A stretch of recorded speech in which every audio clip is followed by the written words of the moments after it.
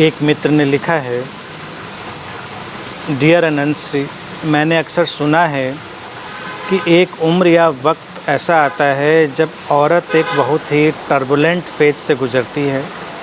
उसकी अपने आप में या कह लो अपने शरीर में एक तरह की अवेकनिंग होती है। कुछ लोग इसको सेक्सुअल एनर्जी से भी रिलेट करते हैं। ये एक बहुत ही सेंसिटिव टाइम होता है उसके लिए। क्या इसका उसके आत्मिक जीवन के साथ कोई संबंध है? अगर नहीं है तो क्या वो इन दोनों को जोड़ सकती है और एक मीनिंगफुल ट्रांसफॉर्मेशन घट सकता है? देखिए, स्त्री शरीर अपने आप में बड़ा ही रहस्यमय है और पुरुष शरीर भी रहस्यमय है। तो ये तो स्त्री पुरुष के भेद नहीं करने चाहिए। भारतीय दर्शन में कहते हैं कि सारे तीर्थ स्त्री के शरीर में विद्यमान है। शरीर और मन की अपनी एक यात्रा होती है, उससे गुजरते हैं। तो जिस टर्बुलेंट फेज की बात करी है, जब स्त्री को शरीर के प्रति एक जागृति आती है, शरीर के प्रति देखा जाए वो नए सिरे से अवेकन्ड होती है, तो उसको जैसा कि तुमने लिखा है कि सेक्सुअल एनर्जी से भी जोड़ा जाता है या उसके अंदर घटते हुए और भी नैसर्गिक परिवर्तनों की तरह से उसको देखा जा सकता है। तो ये बात सच है।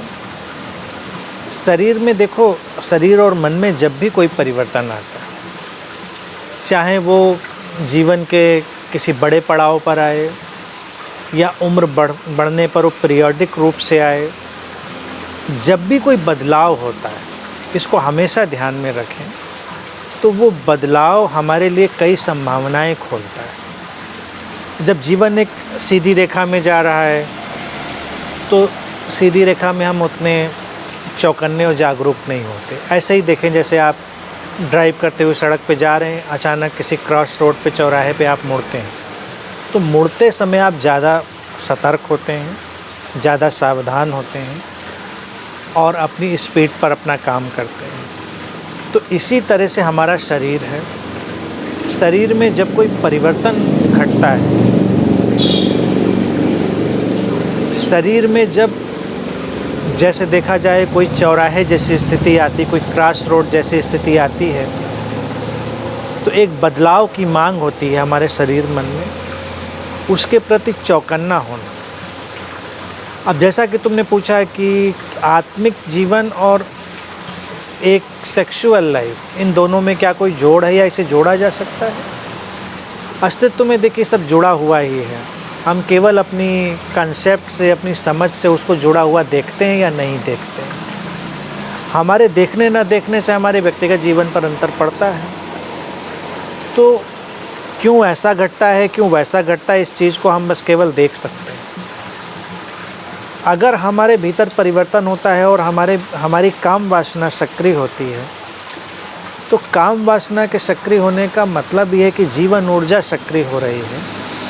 और जीवन ऊर्जा जब सक्रिय होती है, वो किसी भी रूप में सक्रिय हो, तो वो दो काम करना चाहती है। जीवन ऊर्जा अपने को आगे ले जाना चाहती है।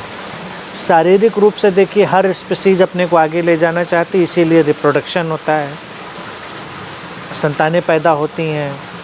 और सेक्सुअलिटी उसी का एक बड़ा ही अच्छा सा रोल प्ले करती है। हिप्नोटिक गेम उसमें शुरू होता है जब लोग उसके शिकार होकर अपनी ही स्पीसीज़ को, प्रजाति को आगे बढ़ाने में संलग्न हो जाते हैं। ये एक नेचुरल हिप्नोसिस है जिसमें हम सब लोग पड़ जाते हैं। इसका दूसरा पहलू भी ये है कि जन्म देने की जो प्रक्रिया है, ये दोनों दिशाओं में जा सकती है। हम अपने स्वयं का जन्म भी दे सकते हैं, यानी अपने को पूरी तरह रूपांतरित कर सकते हैं, अपने को नया जन्म दे सकते हैं। हम संतान पैदा कर सकते हैं। तो जो भी फेज़ टर्बुलेंट तुमने लिखा है, भाई देखो, एक टर्बुलेंट फेज़ तो तब आता है जब प्यूबर्टी शुरू होती है, एक टर्बुलेंट फेज़ तब आता है जब मेनोपॉज शुरू होता है, और यूँ देखा जाए हर महीने एक छोटा सा टर्बुलेंट फेज़ का जो साइकिल है वो चलता रहता है। तो इन सारे घटनाक्रमों को अगर हम देखें तो इनको अगर हम गौर से देखेंगे तो दिखाई देगा कि इन सबका बड़ा अच्छा सदुपयोग किया जा सकता है।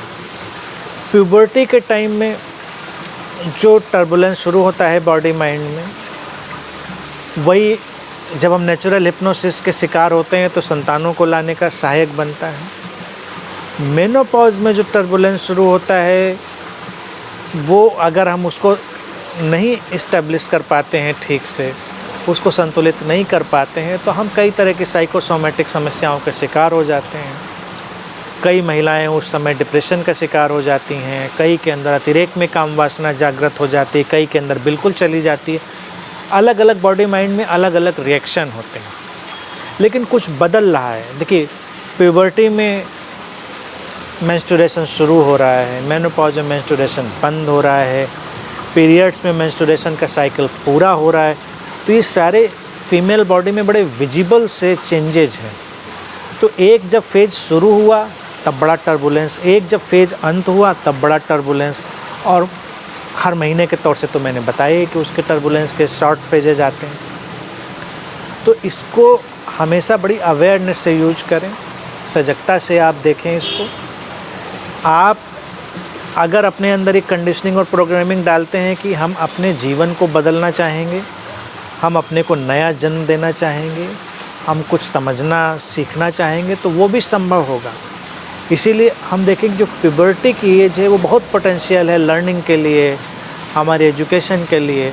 और ज़्यादातर भाई उस फेज़ में सब बच्चे लर्निंग में होते ही हैं, लड़कियां भी होती हैं, लड़के भी होते हैं। तो अगर जैसे भारत में एक धारणा आई मेल्स के लिए आई, तो उन्होंने कहा कि भाई ब्रह्मचर्य में रहें, उनकी सेक्सुअल एक्टिविटी से रोकने की काम। स्त्रियों के लिए नहीं आई, क्योंकि उन्होंने नैसर्गिक रूप से माना कि वो उनको जब तक सक्रिय ना किया जाए उनकी सक्रिय नहीं होती काम ऊर्जा, और ये भारत की अपनी मान्यता रही। लेकिन उस फेज़ का हम लर्निंग के लिए बहुत क्रिएटिव उपयोग कर सकते हैं। वो सेक्सुअल एनर्जी जो है उसके प्रति किसी टैबू, किसी अंधविश्वास और किसी कंडमनेशन में जाने की ज़रूरत नहीं है, ना ही उसको फ्रिवोलस बनाने की ज़रूरत है, ना उसको बंद करने की ज़रूरत है। उसके प्रति जागरूक दृष्टि रखने की ज़रूरत है। तो ये लर्निंग बहुत अच्छे से हमारे अंदर गहरे उतर सकती है उस टाइम पर। तो बच्चे सीखते भी हैं ऑब्वियसली। अगर वो अपनी सेक्सुअल एक्टिविटीज़ में ही बहुत इन्वॉल्व हो जाएं तो उनकी पढ़ाई लिखाई एक तरफ रह जाएगी, उनका सीखना, उनका सारा काम अलग पड़ा रह जाएगा। तो हमारी कोशिश रहती है कि वो उसमें सीखें, आगे बढ़ें, अपने ऊपर काम करें। यही चीज़ आगे जाकर मेनोपॉज के टाइम में भी आती है, जब मेंस्ट्रुएशन बंद हो रहा है, बॉडी में एक चेंज आ रहा है। जो बॉडी को नेचर ने रिप्रोडक्शन के लिए अभी प्रिपेयर किया था, उस रिप्रोडक्शन को वो विड्रा कर रही है। उसने माना कि अब इस बॉडी से रिप्रोडक्शन की ज़रूरत नहीं है। तो अगेन वो बड़ी अपॉर्चुनिटी का अवसर हो गया कि अब इस बॉडी का और इस माइंड का हम क्रिएटिव यूज करें। चूँकि ट्रेनिंग नहीं है माइंड की, इसीलिए हैवॉक ज़्यादा होता है। हम चूँकि साइकोसोमेटिक बॉडी माइंड से इंटर रिलेटेड इम्प्रेशन से जीते हैं तो समस्या ज़्यादा होती है। अब जैसे कि शुरुआत से ही हमारे यहाँ संतानों को जन्म देना, संतान का पैदा होना, बड़ा उसका महत्व बना दिया जाता है। भाई महिलाओं में देखिए, पहले आज की तारीख में भी, पहले तो बहुत ज़्यादा था। बच्चे ना पैदा हों तो उनको कितना निंदित किया जाता था, बांझ कहा जाता था, तमाम तरह से उनको बहिष्कृत किया जाता था। तो उनके ऊपर एक बड़ा ही दबाव बन जाता था। अब अगर वो बच्चे पैदा कर पाती थी तो अपने को बड़ा ही वो ऊपर उठा हुआ अनुभव करती थी, समाज में सम्मान होता था। समाज भी उस नेचुरल हिप्नोसिस के ग्रिप में चलता रहता है, क्योंकि स्पीशीज़ आगे बढ़ रही है और तो कोई खास काम हो नहीं रहा, स्पीशीज़ आगे बढ़ रही है। ये कंडीशनिंग और प्रोग्रामिंग जब महिलाओं के दिमाग में चली जाती है कि संतान का पैदा करना जैसे कोई बहुत महान काम है, बहुत बड़ा काम है। हाँ ठीक है, काम अच्छा है, सुंदर है, महान भी बेशक है, लेकिन इतना भी महान नहीं है कि पूरा जीवन उस पर कुर्बान कर दिया जाए। और ये प्रोग्रामिंग जब उनके अंदर जाती है और उस कंडीशन में जब वो मेनोपॉज से गुजरती हैं तो उनको लगता है कि जैसे उनका जीवन अब बेकार हो रहा है, क्योंकि अब आप उस फेज़ से अलग हो रहे हैं जो रिप्रोडक्टिव फेज़ था। अब आप संतान पैदा करने में सक्षम नहीं रहे। पैदा तो चलो आपको हमेशा नहीं करनी थी, वो तो 1-2 बार 3 बार, भाई आज के टाइम में तो एक ही बार बच्चे पैदा करता है व्यक्ति, समझदार है, 2 कर लेता है बच्चे, ज़्यादा तो करना भी नहीं चाहिए आज के टाइम में। तो वो उम्र तो बहुत पहले गुजर चुकी होती, बाद में बच्चे नहीं पैदा करता है, शरीर उसके लिए अलग तरह से अपनी प्रिपरेशन करता है।